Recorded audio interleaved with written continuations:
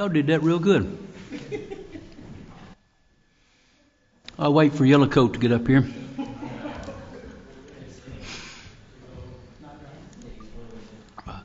He told me tonight was going to be the last time he could wear it this year. That's what his wife said. We will call the Board of Mayor Aldermen meeting for Tuesday, September the 23rd to order. The first business that we have is opening prayer by Pastor Mark Johnson, the Fountain of Truth. So I'd ask that would you please stand if you're able and remain standing for the Pledge of Allegiance following the prayer. Pastor Mark. Can we bow our heads? Heavenly Father, we come before you this evening with grateful hearts for this opportunity to serve our city. We thank you for the dedication and the hard work of our mayor and all the other leaders that are in this room. We ask for your wisdom and your guidance as they discuss the matters that impact our community. Grant them clarity of thought and unity of spirit. Help them to weigh decisions with wisdom, fairness, and compassion. Bless each person here with courage to stand for what is right and humility to listen to one another and a heart to seek your will above all else. May this meeting be marked by respect, by cooperation, and by the spirit of excellence that our city has been so blessed with. We entrust this time to you, Lord, asking for your blessing upon our city and all who call it home. In Jesus' name we pray. Amen. Amen. I pledge allegiance to the flag of the United States of America and to the republic for which it stands, one nation, under God, indivisible, with liberty and justice for all.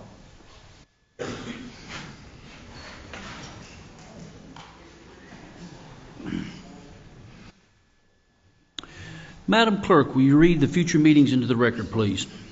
Bartlett Station Commission, October 1st at 7:30 a.m. City Beautiful Commission, October 2nd at 6:30 p.m. Industrial Development Board, October 2nd at 7 p.m. Family Assistance Commission, October 6th at 6 p.m. Planning Commission, October 6th at 6:30 p.m. Beer Board, October 7th at 6 p.m. Parks and Recreation Advisory Board, October 9th at 6 p.m. and YMCA Advisory Board, October 13th at 6 p.m.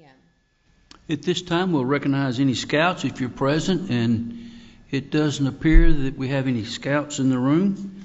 So we will move to the official businesses of the day.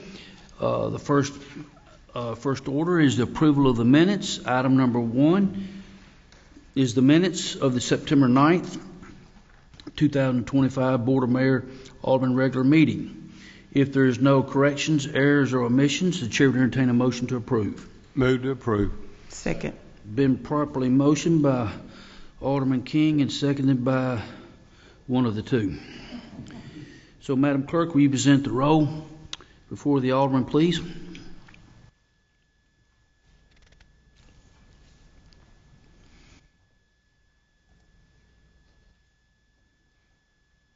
Passes unanimous, 5-0.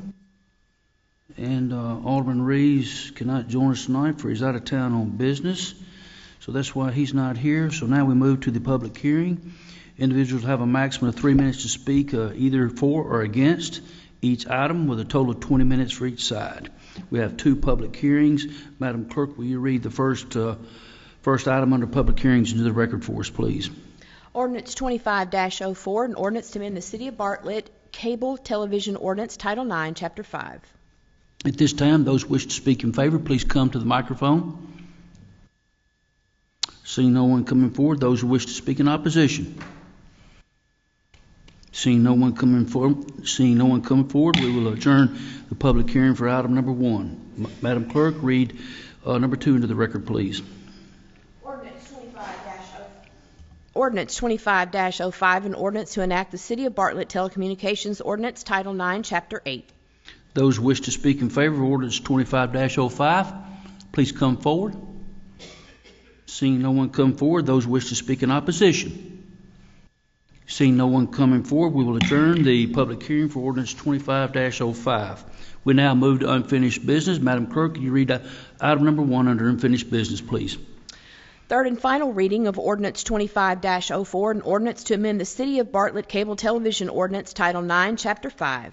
This is the third and final reading. Mr. Will White, who's here in place of Mr. Ed, will give an explanation for the city.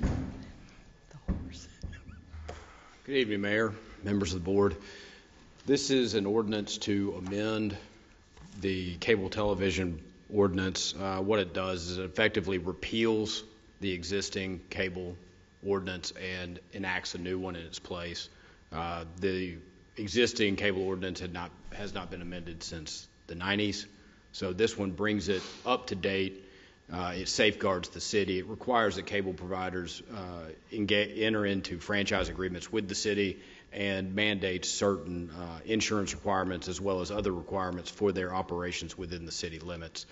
It's a comprehensive ordinance, and it covers essentially the same material that the existing ordinance does, just again, bringing it up to speed and up to date.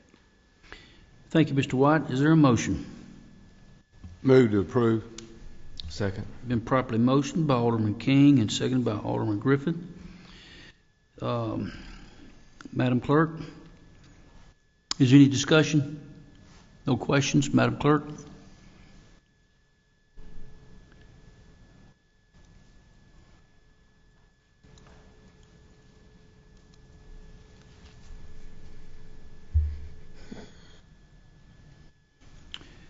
This motion for ordinance 25-04 passes unanimous. Madam Clerk, will you read item number 2? Third and final reading of ordinance 25-05, an ordinance to enact the City of Bartlett Telecommunications Ordinance, Title 9, Chapter 8. Mr. White, you're recognized again. This is an ordinance to enact a new ordinance that governs telecommunications providers. The telecommunications providers were previously governed by the cable ordinance, but in the ordinance that y'all just passed on the cable ordinance, we removed telecommunications providers from it. It functions in much the same way as the cable television provider ordinance does. It is a comprehensive ordinance. It requires telecommunications providers to enter into franchise agreements with the city. It mandates certain obligations for telecommunications providers. It requires certain insurance, minimum insurance requirements, and it is designed to protect the city by dictating certain protections and certain requirements for telecommunications providers that are operating within the city limits. Thank you, Mr. White. Is there a motion to approve? Move we approve. Been properly motioned by Vice Mayor Young and second by Alderwoman Williams. Madam Clerk.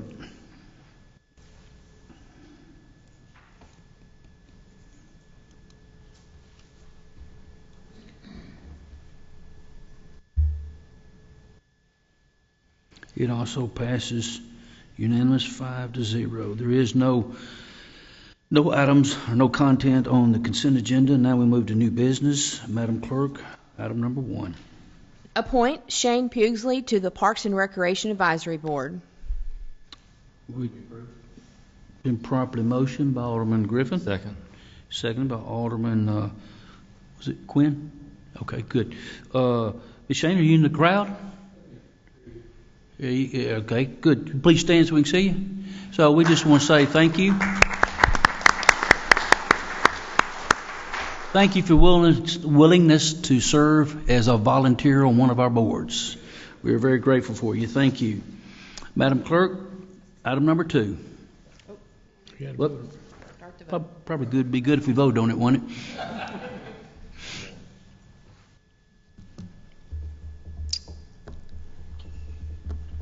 Can't get out of it now. Madam Clerk, item number 2. Reappoint Eric Gott to the Bartlett Arts Council. I present Eric's name before you tonight. Move we approve.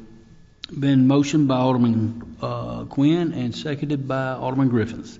Any discussion? Hearing none, Madam Clerk.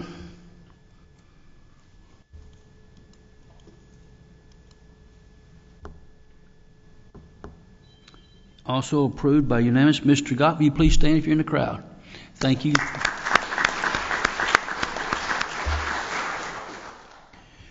Okay, now we move to item number 3. Proposal for tree trimming and removal services. At this time, I'd recognize Mr. Paul Wright, Director of Parks and Recreation. Good evening, Mayor and Board. The proposal before you is for a contract for tree trimming services and removal. We have last had a contract in place in 2020. It has expired. And so whenever we have any tree issues, oftentimes if we're not able to tend to those issues, whether it's through our department, through Public Works, we'll have to contract out with one of the local vendors. Sometimes that turnaround time is not as quickly as we need it to be, especially if there are trees that have an emergent need that pose threats to homeowners or other types of property. So we have put this proposal out. We had 5 contractors that responded, and Public Works as well as Parks evaluated the 5 proposals, and we're presenting both Spruce Up Tree Care as well as Michael's Tree and Loader Service as the 2 that we're recommending. Thank you, Mr. Wright. Any questions for Paul? Hearing none, we'd entertain a motion. Second. Been properly made by Alderman Griffin and seconded by Vice Mayor Young. Any discussion on item number 3? Hearing none, Madam Clerk.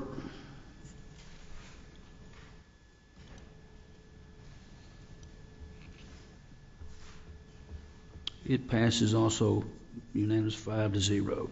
Now, Madam Clerk, we read item number 4. Community Development Block Grant for the A.G. Warner Jr. Water Treatment Plant Improvement Project. This time we'll recognize Mr. John Horn, Director of our Engineering Department. Good evening, Mayor and Board. We've got some good news. We have acquired a grant from the Community Development Block Grant Program, otherwise known as CDBG, in the amount of $450,000. And what I'm proposing tonight is that we use this for the upgrades, refurbishment for water treatment plant number 2, which is located at 5727 Woodlawn. This is right across from Bartlett High School. And so you probably are familiar with this treatment plant. As early as 1950, the city constructed a water treatment plant in this area on Woodland Street in order to produce fresh drinking water in the area. By 1972, it needed to be upgraded. And so on this next picture, I've got a picture of the A.G. Warner plant. And with its 1980s treatment plant staff. And in 1972, this expansion for this plant was renamed the A.G. Warner Water Treatment Plant in honor of the water superintendent during that time. And I've also got another picture right after this of our current water plant staff. One more. And Mr. Mandrell McLaughlin is here tonight. And so we're trying to get our water plant staff the most up-to-date tools. This water plant is, you could either say it's 75 years old, or with the upgrades in 1972, it's over 40 years old. And so we plan on using all $450,000 of this CDBG grant towards this project. This is going to go to replacing high service pumps, electrical motor control centers, automated electronic transfer switch, valves and fittings, a new lab, a new office. And so what we plan to do is we have construction plans that are ready to bid, that'll be bid out in a few weeks. And when we select a low bidder, we'll come back to this board for approval of that bid, but we'll be able to utilize all $450,000 of this grant towards this project. So the contract has been included. Before we can bid this project, before we can utilize the funds, we have to, the mayor and this board has to sign off on that contract that has been provided for you. You may remember back during the budget time, this grant was a part of the presentation we had on the work that we're doing on all of our treatment plants, and hopefully next year we can apply for another one. So it's very good to receive $450,000 to get started. John, will that do all of it? Will that do everything you want to do? The estimate on Plant 2 is about $1 million. And so the $450,000 gets us halfway there. And there is a good chance that there's another $450,000 that we can possibly get between now and July. I've been verbally told that we're in a very good position to get that additional $450,000, which would give us a total of $900,000. It's not guaranteed yet, but we're in a great position to receive that. So Is the plant shut down while you do that? For this particular plant, this is the smallest of our plants, but it still does a good job. And so in the off season, you know, the hot summer is our peak water plant production time. And so at the time of year that we're going to be entering into this, we're going to be in the off season, and we'll be able to shut the plant off for periods of time to be able to do this work. Thank you. There's no further questions. Would you entertain a motion? Move we approve. Been properly motioned by Vice Mayor Young and second by Alderman King. Any discussion? Hearing no discussion, Madam Clerk.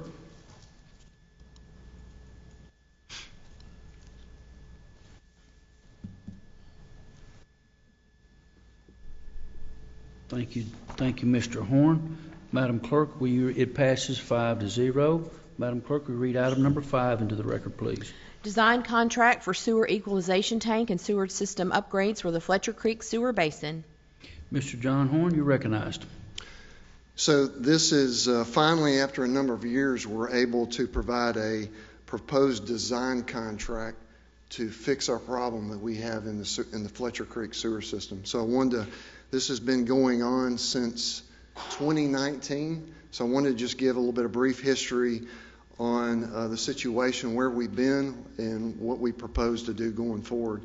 So I've got a map of Bartlett here, and as you're probably familiar, our city is divided up. We have 6 major creeks in the city of Bartlett, and I want to kind of bring your attention to the ones to the north, the northern half of our city.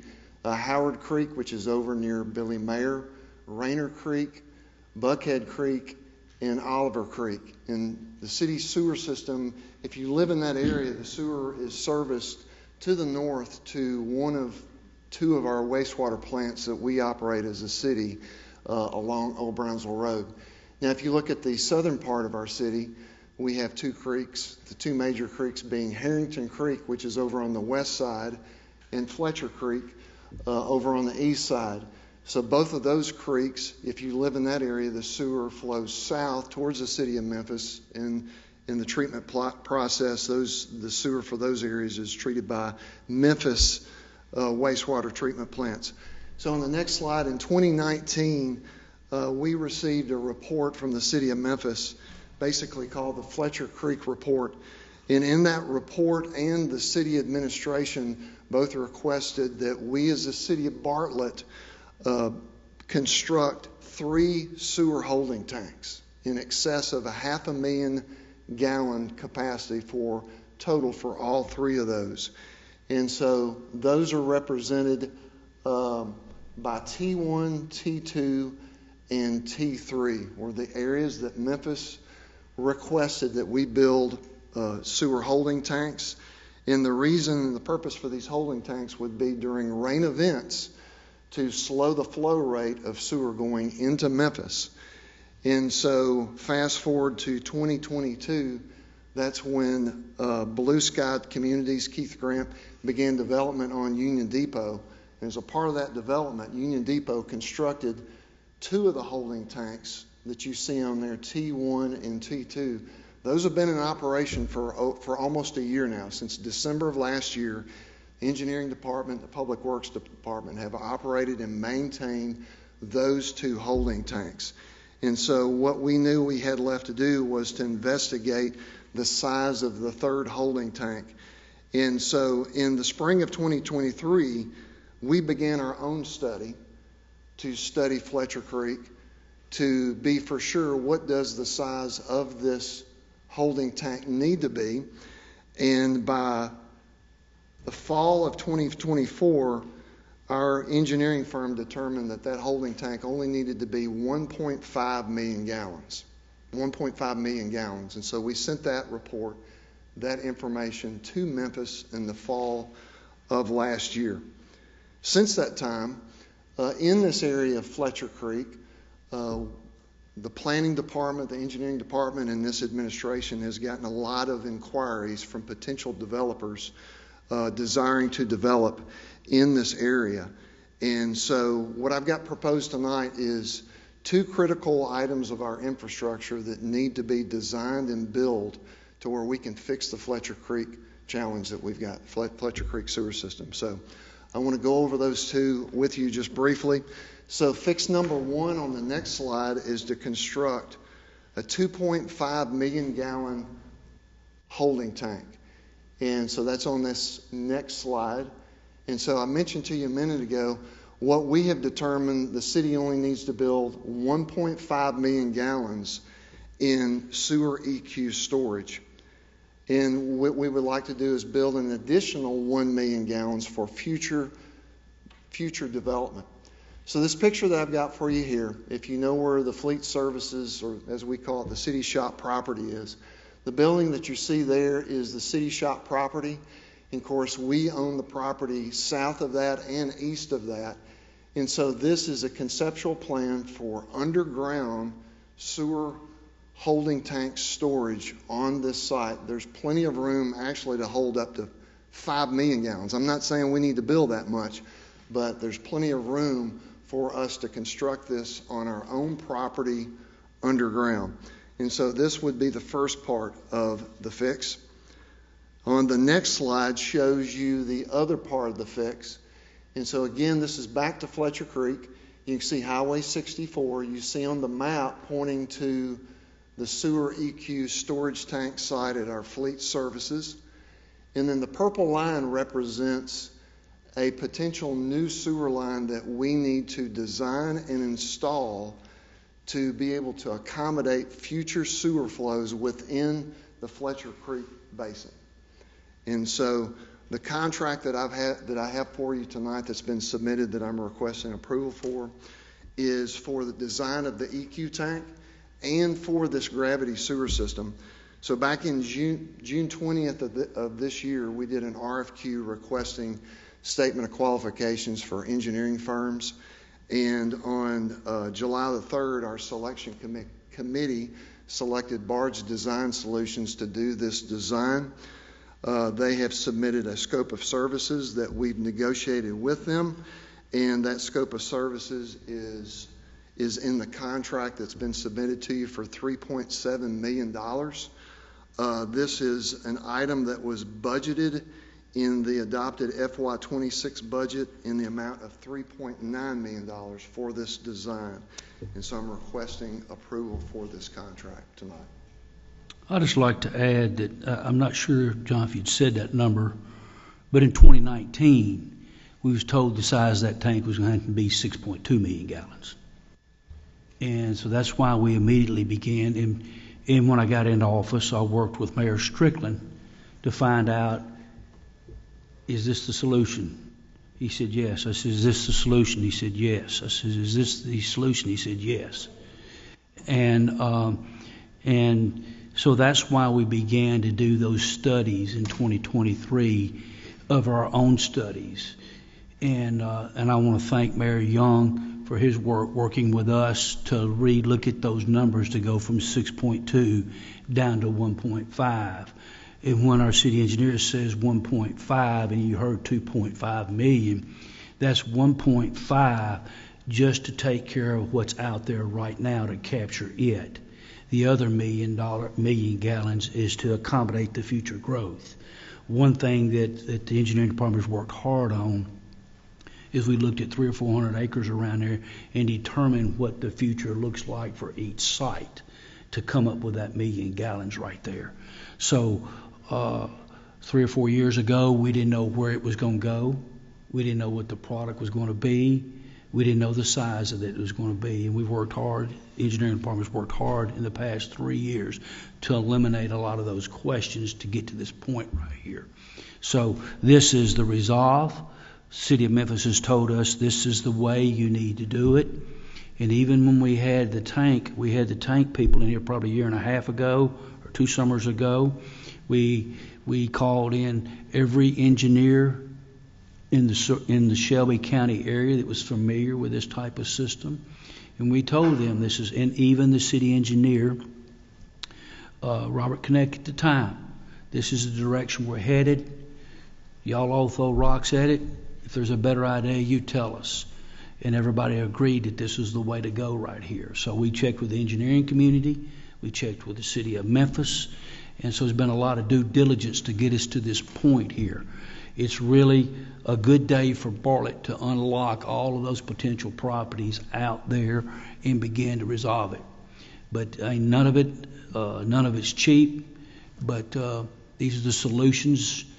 This is the solutions to the problems that we've been hearing since 2019. And I'm very thankful, I'll say it publicly, for Mayor Strickland and his ability to work with us. And I want to thank Mayor Paul Young and his engineers working with us to try to come up with a resolve that was reasonable. So I'll just add those couple of things, and I'll be quiet and let y'all make a motion.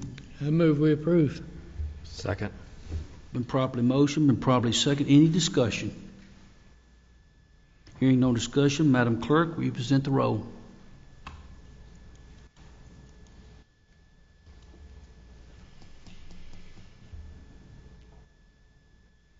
Passes unanimous, 5-0.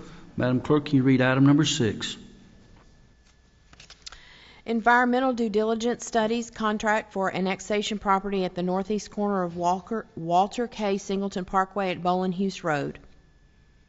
Ms. Kim Taylor, Director of Planning and Economic Development. As you all know, we annexed 300 plus acres of land in February of 2024 to create another industrial park that we now call Bartlett Innovation Park. Tonight, we are excited to let you know that we've been awarded 2 significant grants that will support the development of Bartlett Innovation Park, our community's newest expansion effort. Bartlett already has a thriving industrial park anchored by our existing 826-acre industrial area. Our current industrial park area is the hub for leading medical device companies and other successful businesses such as Brother Industries, Kelly, Brims, Memphis Record Pressing, and American Optics, just to name a few. Together, these firms generate an impressive gross regional product of $8.3 billion annually, which is nearly equals to the output of all other suburban communities within our county combined. Bartlett Innovation Park represents the next chapter in our success story, with the goal of creating new, high-quality jobs for our region. The grant announced tonight are essential for making this vision a reality. We are grateful to the State of Tennessee Department of Economic Development and the Tennessee Valley Authority for awarding this funding to support due diligence studies. These resources will fund key environmental assessments and other preparatory work to help Bartlett Innovation Park become a certified Tennessee site. This progress highlights Bartlett's commitment to fostering growth, attracting new businesses, and positioning our community for long-term economic success. We posted an RFQ, a request for qualifications, back in August 7th of 2025, and on September 15th we held a contracts committee and we selected A2H to take care of the due diligence studies for the property. So tonight we are requesting your acceptance of these grants and the acceptance of the contract with A2H. Thank you. Thank you, Ms. Taylor. I'd just like to add one thing that this is the reason that we was able to annex the property, because the property owners knew that a lot of these opportunities for grants was not open up unless the city was involved.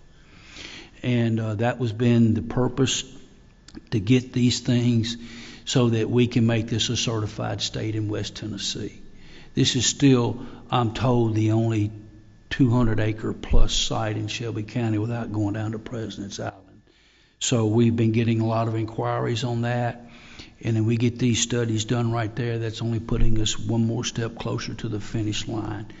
And I'm very excited that we was able to get there. There was a lot of due diligence, a lot of work, and not everybody gets these grants from the state and from the EDC, and we're very blessed to be blessed with these 2 grants. And these 2 grants will help us do a lot of the environmental studies that we need to do to make us a site ready. And people come into the Nashville, and one of the first things they stop at the EDC department in the state of Tennessee is they say, we'd like to come to West Tennessee. What sites are site ready? And this is a piece of the puzzle that will be able to check those boxes. When I say site ready in the environment, they want to make sure that they don't want to come look at a site that could have had a potential garbage dump under it. And these clears a lot of those ifs and whats and maybes out of the question, so that hopefully they can move and make the best decision they can and place a good business in the city of Bartlett. So with that, I would ask for a motion. Second. Been properly motioned by Alderman Griffin and second by Alderman King. Is there any discussion? Any questions? Hearing none, Madam Clerk.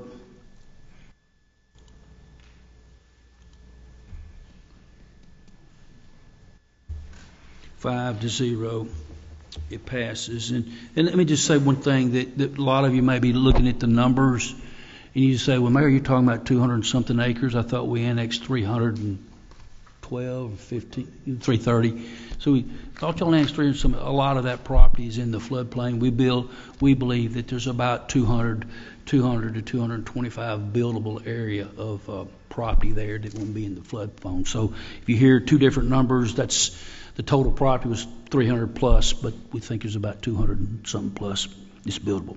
Thank you. That I'm sorry I got to talking. Did we already got the vote on it? You're good. We got the vote on it. So now we move to open discussion. We open up to the board first. Anything the board would like to say? Mayor. Yes, sir. I want to thank the engineering and planning for all your work.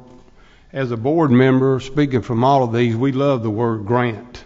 That is, and we've heard that a lot tonight with some big numbers, and we know that it took a long time to do this, but I know we appreciate it as a board member for you being able to get grants to move this forward for us. But I just want to say thank you. Alderman Griffin? Speaking of grants, I want to recognize the Parks Department and Director Paul Wright, who also picked up a grant for $50,000 for improvements to the senior center. We thought it was a matching grant, but instead it's 100% grant. So make dramatic improvements to the senior center, improving accessibility, improving security with cameras, improving the garden site, improving a lot over at the senior center, which gets used tremendously. So thankful to those guys for being able to, again, as Alderman King mentioned, find money that doesn't have to come out of the taxpayers' pockets. It comes from grant dollars. So thank you. Well, we're going to thank Paul. I want to say thank you, Paul, again for getting us a matching grant for Shadalong, the improvements at Shadalong Park. Those bid documents are going out as we speak on part of that, and so we'll be able to complete that project. I know a lot of you have been wondering when Shadalong going to be fixed with the concession stands, bathrooms, the walkways, the parking lot, and the playground over there. So we are working diligently trying to make hay while the sun's shining before some of this bad weather sets in. So again, thank you for that.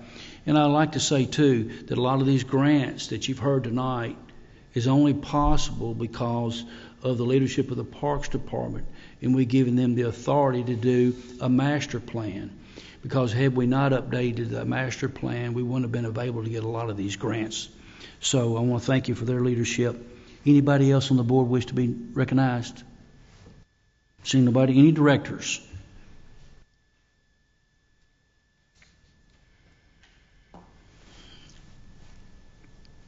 Well, it's fall, so what does that mean? It means it's time for the Bartlett Festival, and we're so excited. We can't believe it's only a week and a half away. But if you loved all Bartlett live music, which our citizens came out for that in tremendous crowds, we have some more great music coming up on the festival. It's October 3rd and 4th. On Friday night, we have another country band. Everybody seems to like the little country. It's called Truck Packed Revival. So get your cowboys boots back out and your hats, and let's come with that. And then after that, we have a really great cover band called Formerly Known As. You can dance to that too, and then lots of barbecue going on. And then on Saturday, we've got the Bartlett Community Concert Band coming back. We've got some demonstrations by some of our kid groups and the Canines, and then we have another cover band called Clean Slate. And we're excited that Pinnacle Bank has stepped up, and they are our sponsor this year for the stage. We're excited about that. So we'll see you at the Barbecue Festival, October 3rd and 4th. And I think we could have room for a few more teams for the barbecue. We're full with vendor booths. We're excited about that, too. Close. We're almost closed with the barbecue. So come on out. We're excited to have everybody there. We hope the weather's great. Let it rain, get all the dust settled, and we're ready. Thank you. Todd, you want to inform us of what's going on at the Freeman Park, at the pavilion that day? I don't think she got that one. I was actually going to be a little different and let her handle it today, but that's all right, no problem. Yeah, so on Saturday, October the 4th, we have teamed up with Deep River Fit, and the Legends Never Die fitness competition is going to be happening that morning at 8 o'clock. I will not be participating, but I will be there to observe, and it's going to be fun, so come on out. Thank you. Oh, and the car show, Mustangs of Memphis car show on Saturday, 8 to noon. So cars, people working out, barbecue, music. Come on out. Don't stay home this weekend. He said this weekend. Next weekend. Okay. Any other director wish to be recognized? Seeing none, we'll move to the open discussion citizen forum. Madam Clerk, does anybody turn a form in? You want to call the name out? Tammy Kirk, and please state your name and your address for the record. Good evening, Aldermen and Board. My name is Tammy Kirk, and I reside at 3433 Big Springs Lane within the city of Bartlett. And I understand this might not be a forum where things can be decided on, but I wanted to bring it here. I have already addressed the school board, and I have already addressed the members of the school board who are responsible for this. In 2024, the Bartlett City School Policy 3018 changed. It modified the requirements for school transportation to align with Tennessee Code 49-6-2101 that also changed in 2024. It reads, transportation shall be provided for all Bartlett residents who live more than 1.5 miles by the nearest accessible route from the school to which they are assigned. As of now, Appling Middle School is in violation of this. Appling Middle School in violation of this for every neighborhood outside that is along Ellis Road, all homes along Ellis, all homes that are within Fletcher Hollow, which is where I reside. The walking paths from there exceed 1.5 miles. They are 1.7, 1.8, and there is no shorter route. The consistent response I received from the transportation supervisor, the BCS General Counsel, and the chairman of the school board at the last meeting was that we fall within the area of parent responsibility. This parent responsibility zone was removed from the transportation policy when it updated in 2024. I have a list of addresses that have walking distances and provided sidewalks that are 0.3 miles walking, 0.4 miles walking, less than 1.5 miles walking, 0.9 miles walking, and 1.0 miles walking that are all considered eligible and have buses provided. The neighborhood that I reside in and all of the neighborhoods that are east of Appling, west of Germantown, in that little triangle between Ellis and 70, there are no buses provided in that area, and the walking distance for anyone on Ellis exceeds 1.5 miles. From my small area, driving it's a mile, but there is no walking path. The walking path exceeds it. So I'm bringing it here so it goes on record that they are failing to follow this policy for a number of students within Appling School. I will continue to bring it to the school board, and I will continue to escalate it if needed. But both the members of my neighborhood and all of the other students whose parents are required to provide buses, when other people who have a sidewalk and a lighted crosswalk only have to walk 0.3 miles. So I just wanted that on record. Thank you so much for your time. Thank you, Ms. Kirk. Anyone else, Madam Clerk?